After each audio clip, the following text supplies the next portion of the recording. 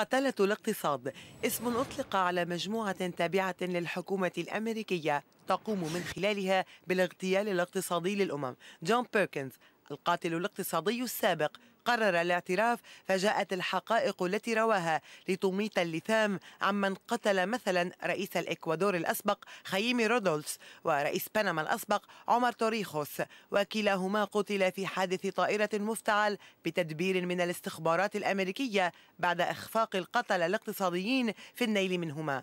ومن السعودية نبدأ، حيث يتحدث بيركنز لروسيا اليوم عن مهمته في المملكة في منتصف السبعينيات حين قرر الملك فيصل حظر تصدير النفط إلى أمريكا. كانت هناك صلة مباشرة بالحظر. التقيت شخصا من المسؤولين الكبار في الخزانة الأمريكية الذي قال لي: نحن لا نستطيع السماح للأوبك بابتزازنا، عليك أن تذهب مع موظفيك إلى السعودية، وعليكم أن تضمنوا عدم تكرار استخدام الحظر النفطي ضدنا. وكان ذلك يتطلب منا أن نعمل من خلال أسرة آل سعود، العائلة الحاكمة في السعودية. كنا نعرف من قبل أن الأسرة المالكة قد تفشى فيها الفساد، ومن الممكن استمالتهم إلى ذلك. لهذا الغرض أرسلت إلى السعودية.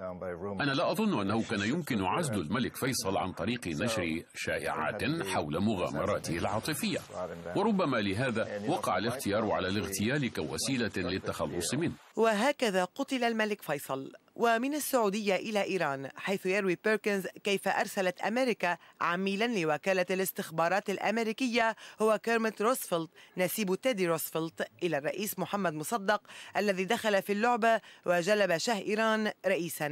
أما في العراق فقد نفذ الأمريكيون المراحل الثلاث لإطاحة الرئيس صدام حسين والسيطرة على بلاده.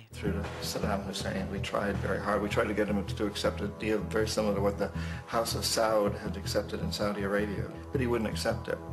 And so the Jackals went in to take him out. They couldn't do it. His security was very good. After all, he had one time worked for the CIA. He'd been hired to assassinate a former president of Iraq and failed, but he knew the system. So in 91, we send in the troops and we take out the Iraqi military. The Jackals couldn't take him out again.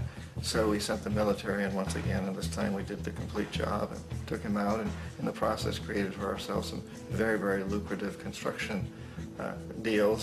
We had to reconstruct a country that we'd essentially destroyed. وحده الرئيس الراحل هوغو تشافيز صمد في وجه قتلة الاقتصاد، وأخفق ضباع الاستخبارات الأمريكية في تدبير انقلاب ضده عام 2002، وبقي على عرشه صامدا بسبب محبة شعبه له، وهو ما اعترف به بيركنز الذي رأى في تشافيز حالة نادرة لم تخضع.